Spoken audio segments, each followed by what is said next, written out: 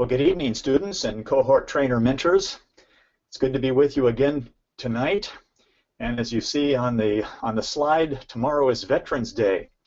And so I wanted to just take a moment to pause and thank those who have served in the Army, Navy, Air Force, Coast Guard, Marines, and thanks for serving our country. And if you're a veteran in our group or have served in the military, just raise your right hand so that the others in your cohort can acknowledge you and express their appreciation.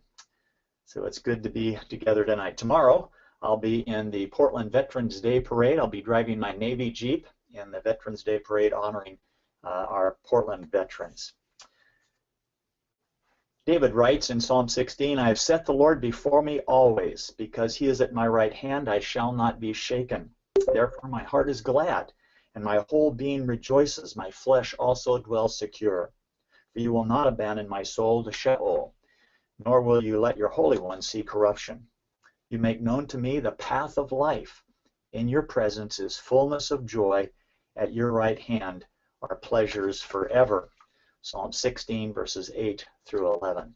Let's pray. Father, thank you so much for this evening and for the opportunity of study and teaching and discussion together as we focus our attention on your word. We thank you for your divinely inspired and inerrant word that guides us in our lives. Help us to understand and apply the principles tonight that we might live in a way that honors you and blesses those around us. So we're thankful for this evening and a study that's ahead. In Jesus' name, amen. Well, we're going to cover a lot of ground tonight. And the first book we're going to look at is the book of Ecclesiastes, Coping with Life's Frustrations. You know, there's a lot of frustrations that we encounter in life, and one of those frustrations that we encounter has to do with technology. Our computers, you know, they're wonderful, wonderful machines, but boy, they can really be aggravating when they don't work quite properly or the way you expect it. But I've come to a solution. I found a solution for this kind of problem, and it's on the next slide. It says a stress reduction kit. Directions. Place the kit on a firm surface and then follow the directions in the circle. Bang, head here. Well, I'm not sure that that's going to completely reduce your stress, but that's one attempt to do so. But as we look at the book of Ecclesiastes, I think we're going to get a divine formula for how to cope with life's frustrations. So we're in the book of Ecclesiastes, or as the Hebrew title presents it, Qohelet. When it says the words of the preacher, that's the Hebrew word Qohelet, and it refers to one who convenes and speaks at an assembly. And so you can see the idea how the word pastor came to be in the text, but it's not a pastor, it's not a church. It's an assembly that Solomon has gathered, apparently an assembly of wise teachers. And Solomon wants to pass off some of his wisdom to these wise teachers late in his life. So the book is Qohelet, and it speaks of one who convenes and speaks at an assembly. The author, according to tradition, is Solomon. He is the son of David. He's king in Jerusalem. Who else could it be but Solomon? He's not specified, but certainly the most likely candidate. The references to his wisdom, his wealth, his opportunities for pleasure all point to Solomon as the author of the book. And if Solomon was the author, and I believe he was, it's probably late in life that he writes, around 935 BC, late in his life. He reflects on old age in chapter 12, and these are lessons that he has learned over a long period of living. Under historical setting, the book appears to be an address by Qohelet, the one who convenes and speaks at this assembly, to an assembly of the wise. It's a gathering of wise men. Wise men in ancient Israel were one media that God used to communicate his truth to his people. And the wise people, wise men and women, gave people counsel and presented wisdom from life and from divine inspiration. And this book may have been Solomon's instruction to an assembly of wise teachers sometime late in his life. Now, what's the purpose of this book? Well, Ecclesiastes is written to demonstrate that it's utterly futile to assimilate all the riddles and paradoxes of life. It's futile. So what do? We use this one opportunity to enjoy life to the fullest. The book is intended to show that there's no contradiction between enjoying life to the fullest and living in obedience to God. The theme of the book is the enjoyment of life. Enjoy God's gift of life, living in obedience with an awareness of impending judgment. What we find in this book is a real balance. Enjoy life, yes, enjoy it to the fullest, but also be aware that God holds you accountable for your actions. And so there's a good balance there. Enjoy life, but recognize your accountability. Live with an awareness of impending judgment. Well, this book is a book that's been interpreted many different ways. And just as an example of that, C.I. Scofield of the Scofield Study Bible concluded that Ecclesiastes contains the very best reasonings about life that man can produce. Man's best reasonings. But if they're only man's reasonings about life, what guarantee is there that they're true, or that this is divinely inspired? J. Stafford Wright, on the other hand, says this is not merely man's reasonings, but what we have here is God's inspired revelation.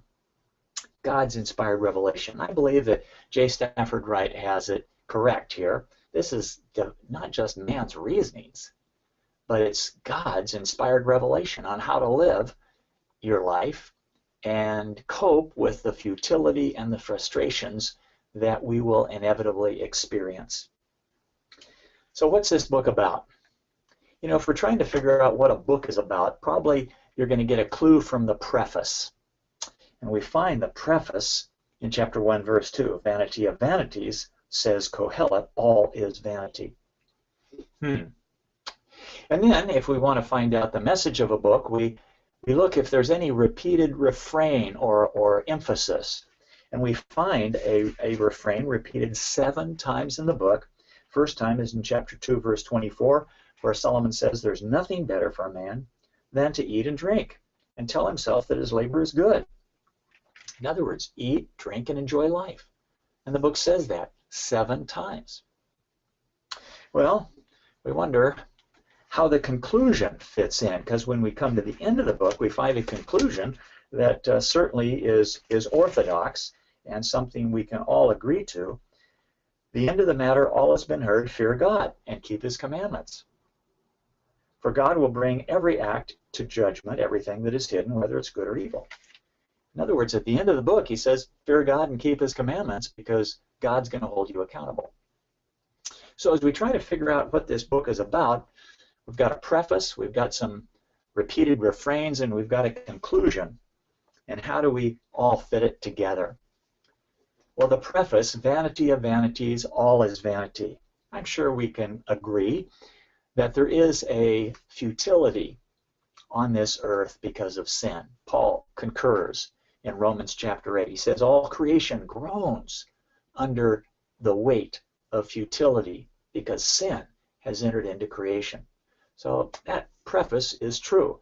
And of course we can't disagree with the conclusion, fear God and keep his commandments. That's about as orthodox as anybody can get. But how about this refrain, eat, drink, and enjoy life? It almost sounds secular, doesn't it? Almost sounds like this is the Epicurean philosophy, the philosophy of those who just want to eat, drink, and be merry because tomorrow we die. But if the book is a unit, the refrain, to enjoy life, must be consistent with the conclusion, fear God, keep his commandments, and resolve the issue that is raised in the preface, the futility of all things. So we believe the book is a unit, it hangs together, and that the refrain is consistent with the conclusion. You can fear God and at the same time enjoy life, but life does have its frustrations. And the repeated refrain says you can cope with the frustrations of life not by banging your head on the table, but by embracing the good things that God has given you.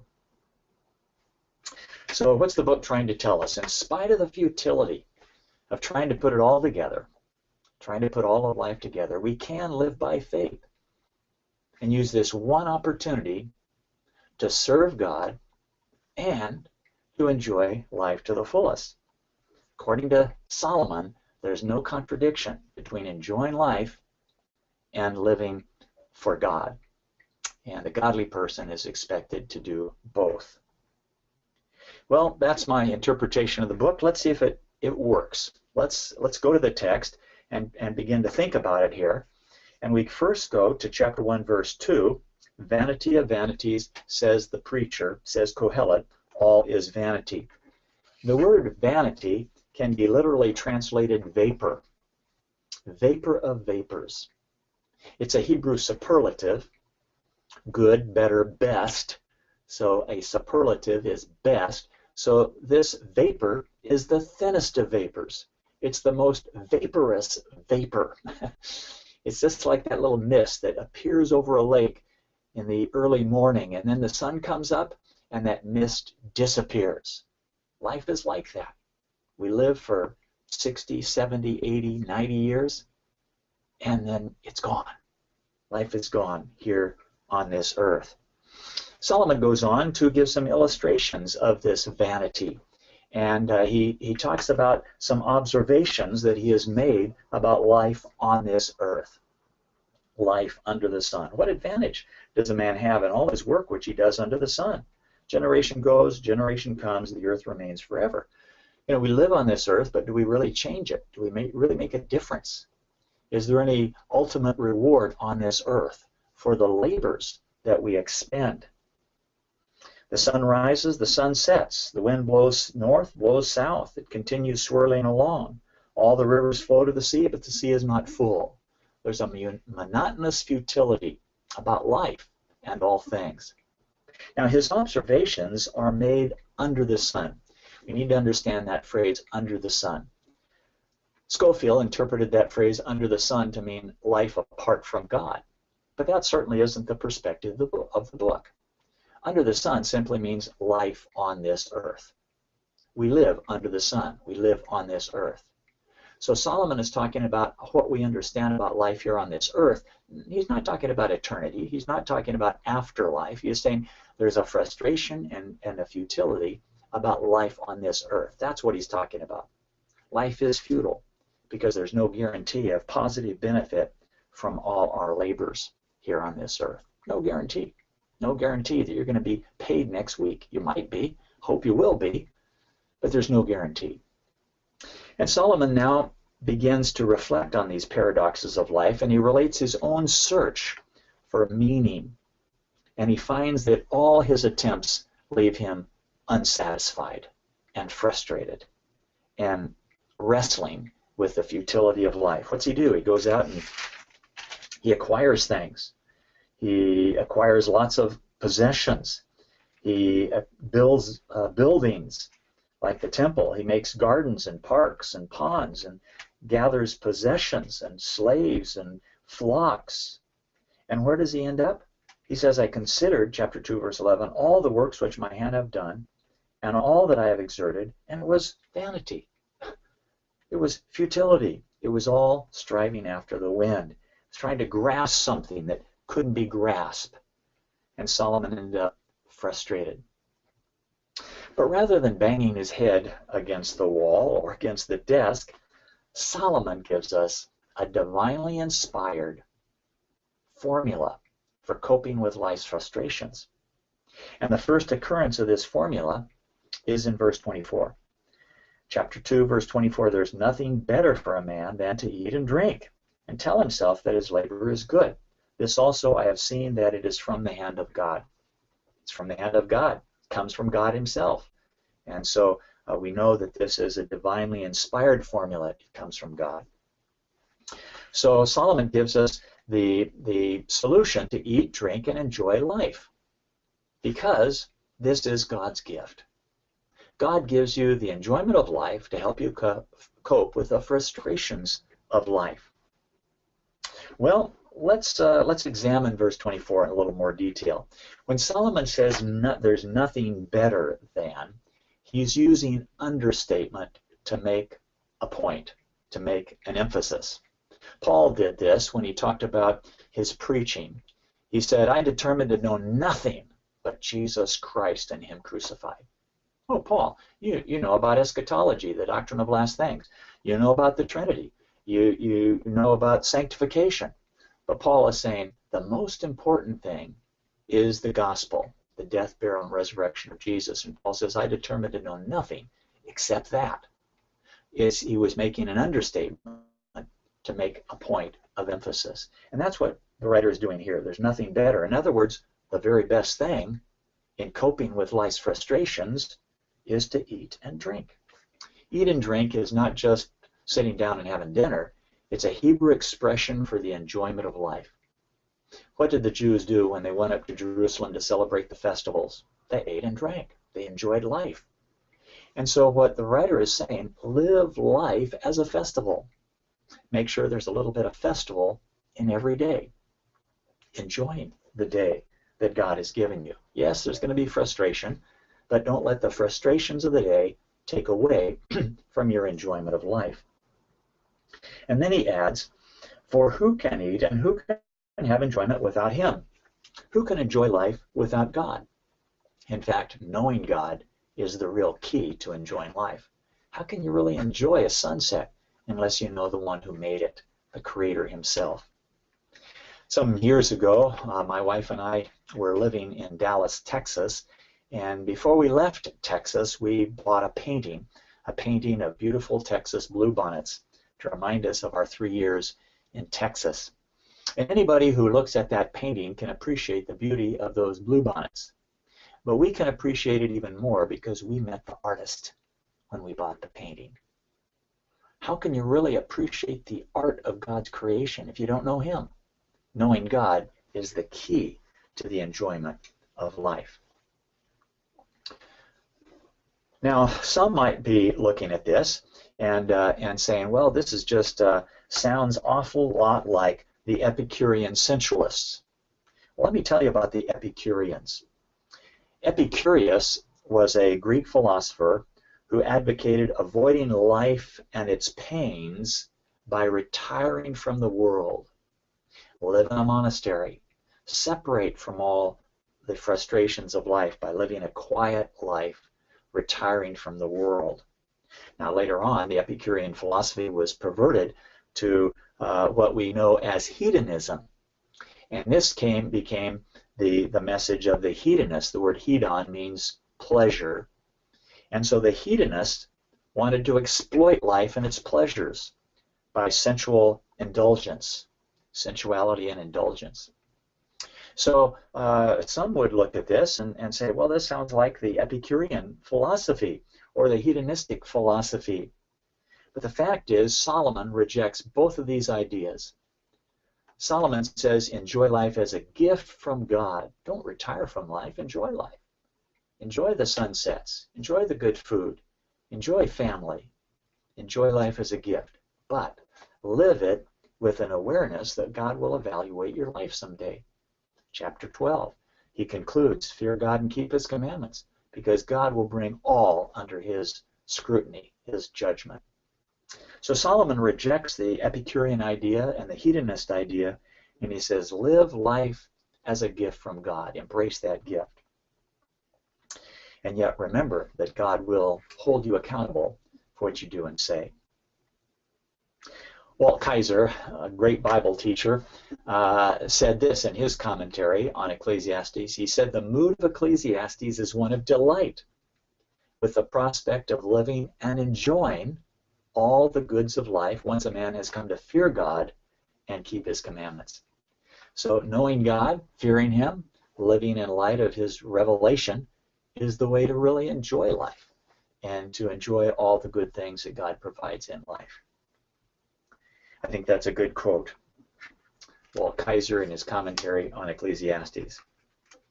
What I'd like to do is to look at each one of those key refrains, there are 7 of them in the book, and see how they continue to expand this theme of the enjoyment of life.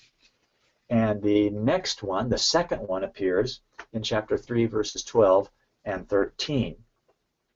Chapter 3, verses 12 and 13. I know there's nothing better for them than to rejoice and do good in one's lifetime. Moreover, that every man who eats and drinks sees good in his labor. It is the gift of God.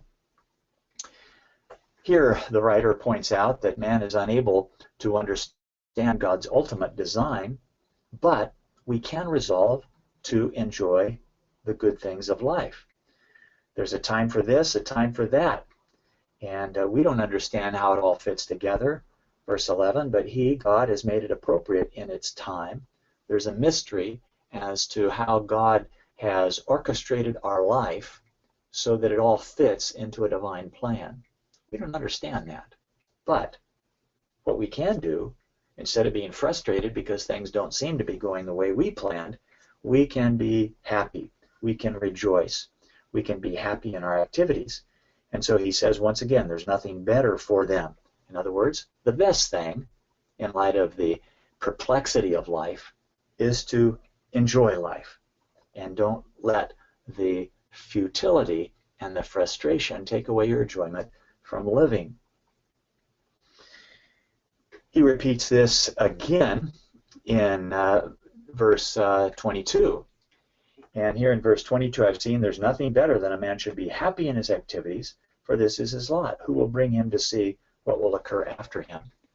Rejoice and be happy in your activities. Who will bring him to see what will occur after him? Well, the answer, of course, is God. God will bring him to see what will occur after him in terms of accountability.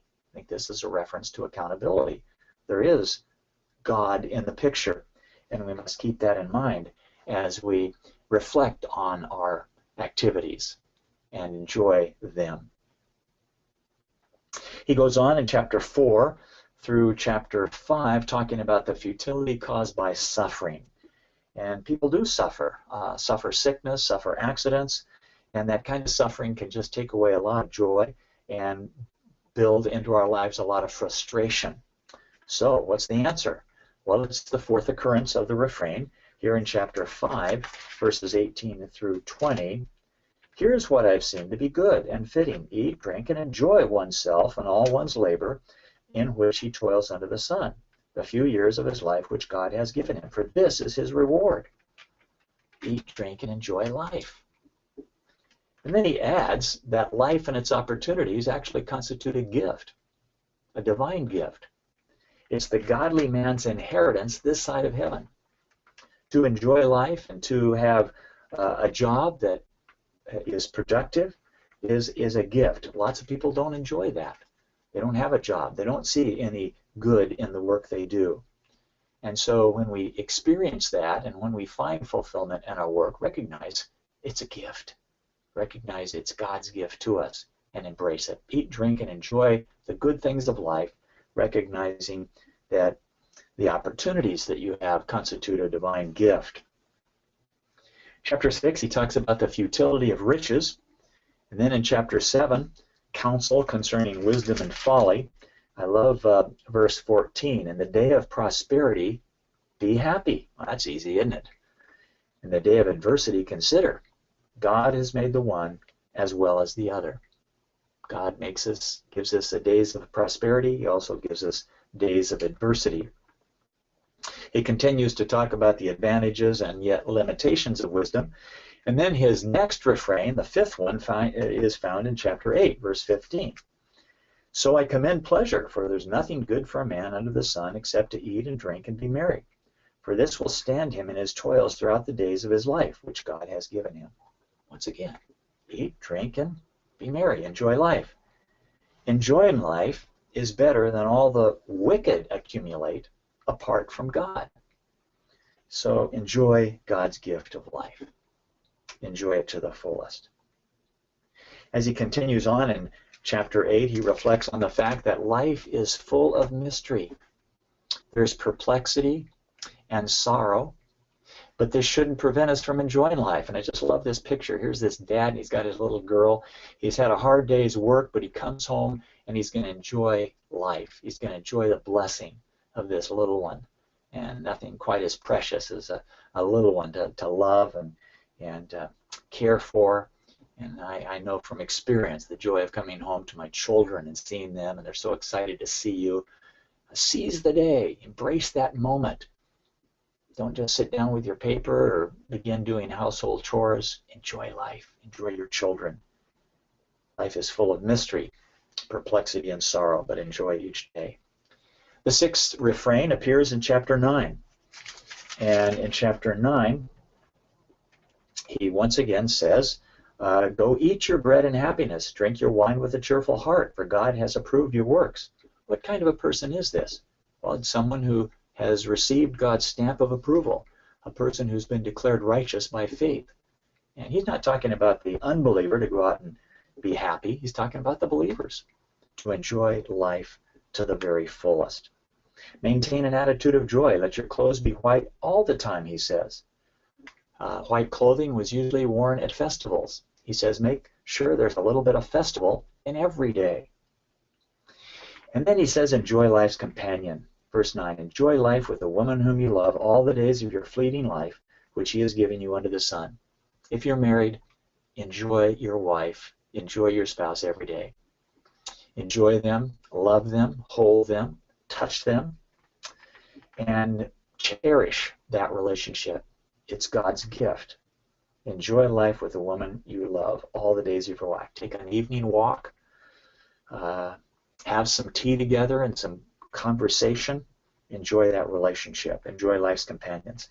And then in verse 10, whatever your hand finds to do, do it with all your might. In other words, seize the day and the opportunities that the day provides. Use those opportunities to the fullest. The seventh occurrence of this phrase occurs in chapter 11, verse 9. And here he says, rejoice, young man, during your childhood, and let your heart be pleasant during the days of your young manhood. Follow the impulses of your heart. I don't think that's the best translation. It's literally ways. It's the ways of your heart. And I think the idea is follow the ways that God places there. Follow the ways that God leads you into. Again, the emphasis is on enjoying life, and then he says, follow the ways, but knowing that God will bring you to judgment for all these things. Kind of a balance there, isn't there? Enjoy life, but recognize God holds you accountable. God will judge. And now we come to chapter 12. The key refrain has been repeated 7 times. Eat, drink, and enjoy life because it's the gift of God. But now he reminds the young man to enjoy life, but remember God. Don't let your enjoyment of life take you away from your relationship with God. Remember your Creator in the days of your youth, before evil days come and the years draw nigh when you will say, I have no delight in them. Enjoy life, yes, but remember God. Remember God in the days of your youth. Make sure you're properly related to your Creator. Then he uses some images of old age here as he describes a person growing old and infirm. And strong metaphors are used here to describe a person in old age. We come now to chapter 12, verse 8, and there's our theme again, vanity of vanities. Nothing has changed. Life under the sun, that is on this earth, will be filled with frustration and futility until we die. That's the way it is. But what do we do about it? Well, Solomon says in the end of his book, fear God and obey his commandments. So that's the conclusion of the book. He's emphasized in his refrain to enjoy life, but he also says remember God, fear God, and obey him. If I could summarize the message of this book in just a nutshell, here's what I would say. In view of life's inevitable frustration, enjoy life to the fullest, living with an awareness of personal accountability before God. That's what this book is all about. We want to enjoy life to the fullest because that helps us to cope with frustration. But always remember that we're accountable before God. Let me ask you a question. Is Solomon's theme consistent with his conclusion? In other words, he's repeatedly said, enjoy life. Is it possible for us to enjoy life and fear God? Can we do both? I believe we can. I believe we must. In fact, the greatest joy in life, you'll find, is serving the Lord. Serving the Lord gives us the greatest joy, the greatest satisfaction. So walking with God and enjoying life are not inconsistent. They go together. The greatest joys in life come as we serve the Lord. But someone may ask, what about Jesus' words, take up your cross and follow me? How does personal sacrifice fit into this view of enjoying life? Well, again, personal sacrifice, yes, it's costly. But is there joy in following Jesus? Is there joy in serving Jesus? Absolutely. And some of the most difficult times I've been through in my own personal life have also been the most fulfilling and the most joyful, because I know I'm doing kingdom work. I know I'm serving the Lord and doing what He's called me to do. But then you might ask, how can I enjoy life on a budget? Here I am, a seminary student. I'm raising a family. How can I enjoy life on a meager budget? You know, you don't need a lot of money to enjoy life. You don't need a lot of money to go out and look at the sunset, or to enjoy the clouds in the sky or the stars in the night sky. You don't need a lot of money to take your wife on a walk around the block after things are settled for the evening, or to sit down and have a cup of tea. The key here to enjoying life is to learn how to appreciate the simple things in life, and there are so many simple things that aren't costly. They're available to us to enjoy, even on a seminary student's budget. Some will say, well, you know, I'm going to enjoy life eventually, but I'm going to enjoy life when Friday comes. Right now I'm just too busy working. Or I'll enjoy life when graduation comes. Or I'll enjoy life when I get that raise. Or I'll enjoy life when I retire. No, that's not the message that Solomon's giving us. Solomon is saying enjoy life today. Enjoy life not tomorrow, not next week, not next month or on vacation. Enjoy a little bit of life. Have a little bit of festival in each and every day. Enjoy God's gift of life, not waiting for tomorrow, not waiting for next week. Enjoy God's gift each day. Fear God and obey Him. We had a seminary student at Western Seminary, and he was a senior. He was about ready to graduate, and he knew he had a lot of things to finish before graduation, but he knew he needed to spend time with his family, and so he took his family skiing up to Mount Hood, and they had a wonderful day together as a family. That evening, late at night, his wife noticed that he was thrashing about in bed, and then she turned on the lights, and he was unconscious. They called 911, and the emergency personnel came, and there, in their home, he was pronounced dead. He had had a heart attack and died in his sleep.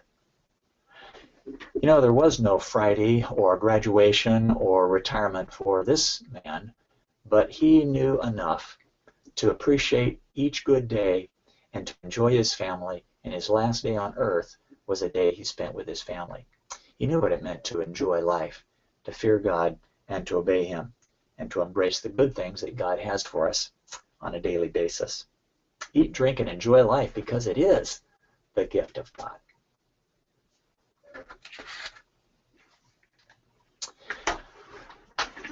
Before our break, we also want to look at the Song of Songs, or the Song of Solomon as it's known, and here we learn some lessons on love. John and Julie are engaged to be married.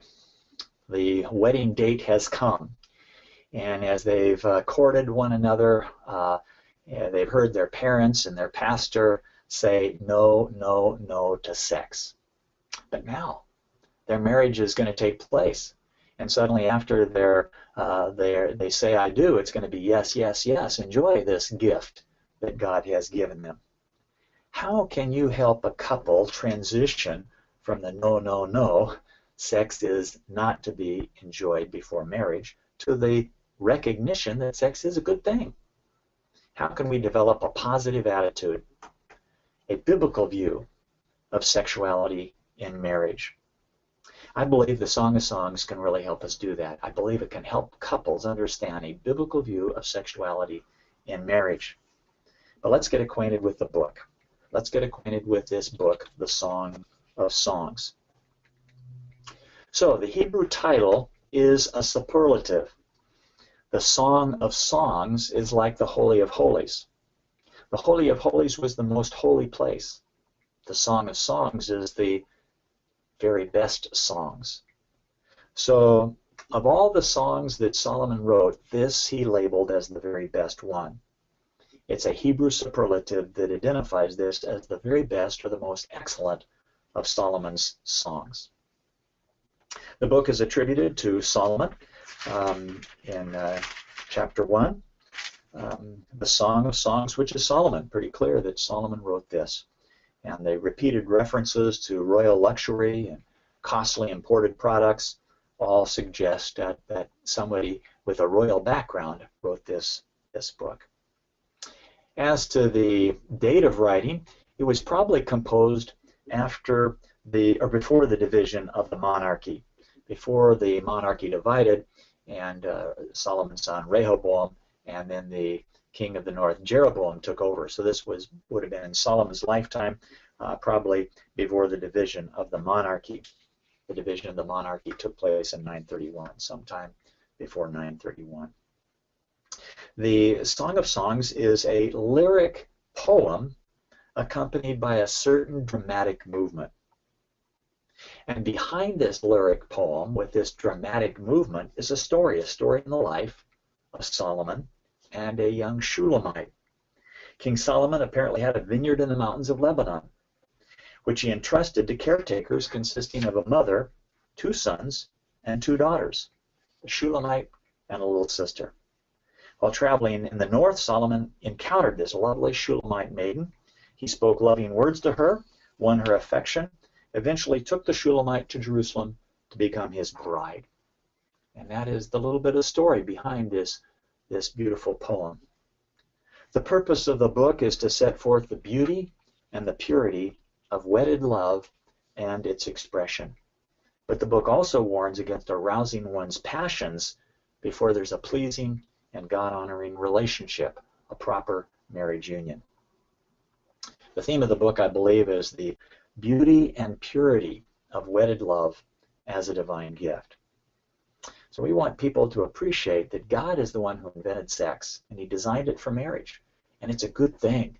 It brings couples together intimately and in close relationship in marriage. It's a good thing, and that's what this book, I believe, is all about. But not everybody agrees. And H. Rowley, Old Testament scholar, said, "There's no book of the Old Testament which has found greater variety of interpretation than the Song of Songs." Boy, that's true. A lot of different interpretations of this book. It seems that the erotic nature of the song provoked opposition to it right from the beginning. In fact, Jerome, an early Christian commentator, insisted that because of the erotic content of the song, it shouldn't be studied by anyone under 30 years of age. So if you're under 30 in the cohort tonight, you better step aside. No, just joking. Just joking. But that's what Jerome felt. That's what Jerome thought. It was just kind of like a dirty book, so you shouldn't be exposed to it. Rabbi Akiba came along, though, and he said, all the ages are not worth the day on which the Song of Songs was given to Israel, for all the writings are holy, but the Song of Songs is the holiest of holies. And he was seeking to dispel opposition to the song, saying how important it was to appreciate this song. The problem of the eroticism of this song was eventually resolved by allegory.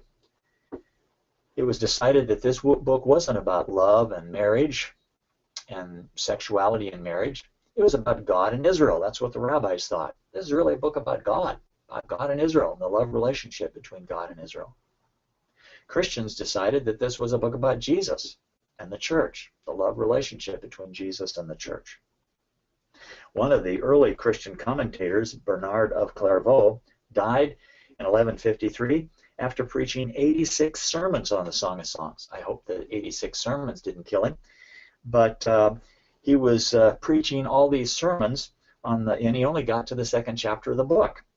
you can be sure that he wasn't doing what we would regard as historical grammatical interpretation. He was doing allegory and reading all kinds of things into the book. Let's give you an example. Here's a text, chapter 1, verse 13. My beloved is to me as a pouch of myrrh, which lies all night between my breasts.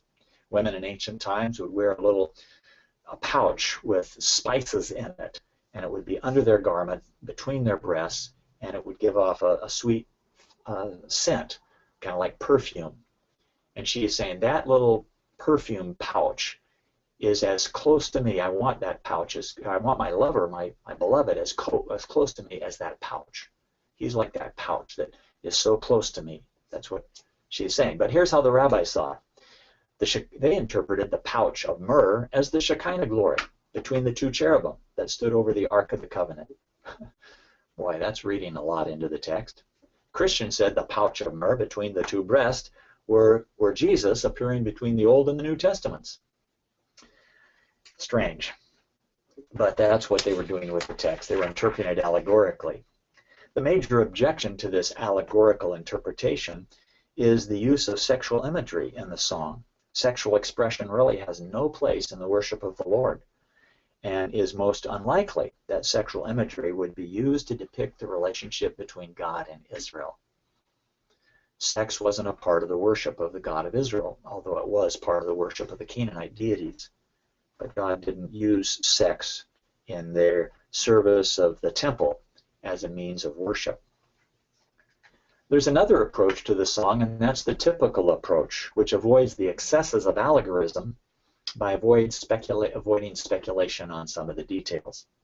According to this view, the typical view, King Solomon represents Christ, the Shulammite represents the church, and that's about where you leave it. You don't get into a lot of details. But I wonder, is there any compelling evidence for this song to be interpreted typically? Certainly the relationship between the Solomon and the Shulammite was special, but it wasn't exclusive. There were many wives that Solomon had. The Shulamite was just one. It wasn't an exclusive relationship like Christ and the church. The literal approach, or the natural approach, I believe is the best approach to interpreting this book. Theodore of Mopsuestra ventured to interpret the song literally, but his work was panned by a church council in 553. So it's a little risky to interpret the book literally. But the literal approach recognizes that different literature must be interpreted in different ways. But this isn't what we have in mind by the literal approach. This is not what we have in mind. As Solomon says, such things as, my darling, you are like a mare among the chariots of Pharaoh. Your hair is like wild goats. Your temples are like pomegranates. Your neck is like an ivory tower. There's honey under your tongue. Your breasts are like two fawns of a gazelle. This isn't exactly what we have in mind by the literal approach. But the literal approach does recognize that different literature must be interpreted in different ways. This is poem. This is poetry. It's different from historical narrative, so we're going to interpret it differently than we would a historical narrative. The natural or literal approach recognizes that this is poetry and contains figures of speech. But we also recognize there's a certain historical background to the song, a story involving two figures, Solomon and the Shulamite. And so as we seek to reconstruct this story based upon references in the text, here's something of what we come up with. Solomon had a vineyard in the mountains of Lebanon, which he entrusted to caretakers, a mother and two sons, two daughters, the Shulamite and their little sister. Shulamite wasn't really appreciated by her brothers and was forced to work hard in the vineyard. And working hard in the vineyard left her little time to care for her own person, and the hot sun darkened her skin. One day while she was caring for the vineyard, a stranger approached and showed interest in her, but she was embarrassed by her personal appearance. Solomon may have been on a hunting trip, but the maiden took him for a shepherd and asked about his flocks. King Solomon spoke loving words to her and won her affection, and eventually took the Shulamite to Jerusalem to be his bride. The two were married, and their love was consummated. But all was not well with the royal couple. The Shulamite often dreams of being separated from Solomon and expresses her desire to spend more time with him. At the Shulamite's request, they decide to go into the country where they can talk of love and give themselves to each other. And that's the story behind the poem. The Song of Songs, I believe, simply extols human love in marriage. That's all. And I think that's enough. Some are troubled by Solomon's 700 wives and 300 concubines. Yeah, I know that is an issue. But Solomon could have learned the hard way of the value of a mutually exclusive relationship. And by God's wisdom and divine inspiration, he warns others to avoid the errors that he fell into. Well, the interpretation of the Song of Songs is still debated, but I suggest it's a poem for lovers, expressing the beauty and the purity of married love and its physical expression. Enjoy reading it as a couple, reflecting on this long-cherished song as you think about your own relationship with your spouse. And it's a great love poem for a married couple. Just want to spend just a few minutes here in the text itself. I've been mostly talking about how to interpret this book, but just a little bit in the text itself. And we note that the first section of the book, we find that Solomon and the Shulamite speak of their mutual affection for one another. And as we look at this, it begins the Song of Songs, that is the very best song, which is Solomon's. May he kiss me with the kisses of his mouth. Here's the Shulamite speaking about her beloved Solomon. And she says, may he kiss me with the kisses of his mouth. This is appropriate for a married couple to talk this way. And then we see, he says, your love is sweeter than wine. Now the word love in verse 2 is the Hebrew word for dode, D-O-D. It speaks of sexual love. It's used in this book of love-making, sexual intimacy, love-making. And so he says to his wife, your love is better than wine. Your oils have a pleasing fragrance. And then he adds, therefore the maidens love you. Shulammite actually says this, therefore the maidens love you. But it's a different word. The maidens, the ladies in waiting, the court ladies, have a ahava love, not a dode love for Solomon. The Shulamite has a dode love, a sexual love. But the ladies in waiting, the court women, have a godlike love, or the love for a friend. It's kind of like the agape love we find in the New Testament, an act of the will. So there's two different kinds of love, as we see here in the Hebrew text. There is the sexual love, the intimacy, and then there's the godlike love, the friendship kind of love. Solomon and the Shulamite have the intimate kind of love, but Solomon does have a godlike love that he shares with the other people in the court. They describe their love and appreciation for each other. The Shulamite feels a bit awkward because of the court ladies who've never had to go out in the fields and work. And she says, I'm black but lovely. She's darkened. Her skin is darkened by the sun. She explains that. Do not stare at me because I'm swarthy. The sun has burned me and darkened me. She's kind of like the Cinderella. She had to work out in the fields to take care of the homestead. But Solomon says, no, you're beautiful. And he seeks to encourage her. He says in verse 9, to me, my darling, you are like my mare among the chariots of Pharaoh. You have to understand Solomon really loved horses, but be careful, men. Don't refer to your wife as a horse. She might not appreciate it. We find that the Shulamite, in this loving relationship of marriage, expresses her desire for sexual intimacies. And in chapter 2, verse 6, she says, let his left hand be under my head, and his right hand embrace me. The word embrace is a reference to a sexual embrace, a sexual embrace. And so she is in a marriage relationship saying, I want to have a physical marital relationship with my husband, and she expresses a desire for that. And I think there's a practical application there that's a good thing.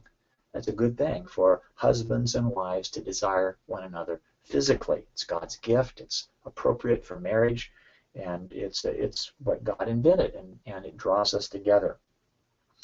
But then, as she is enjoying her husband, she also has a warning for the single women in the court. And that warning appears in verse 7.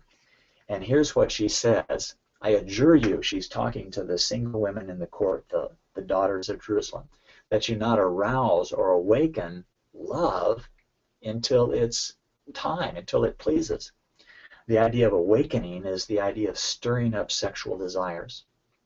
Don't stir up sexual desires before you've got a context in which to enjoy that relationship. The phrase until it pleases, it's translated until she pleases, but better rendered until it pleases. That is, until it's the right time, it's the appropriate person, the right relationship in marriage. In other words, it's a warning for sexual purity. Don't stir up physical longings for sexual intimacy if you're not married. Wait until you're married.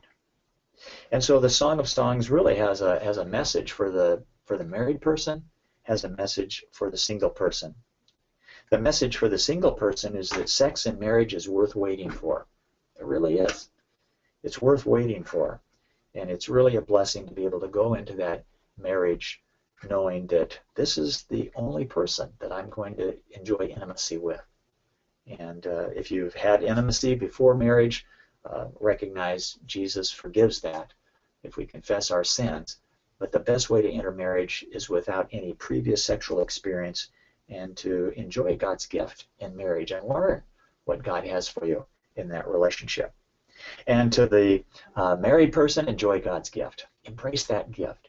Enjoy this gift of love and the physical expression of love in marriage.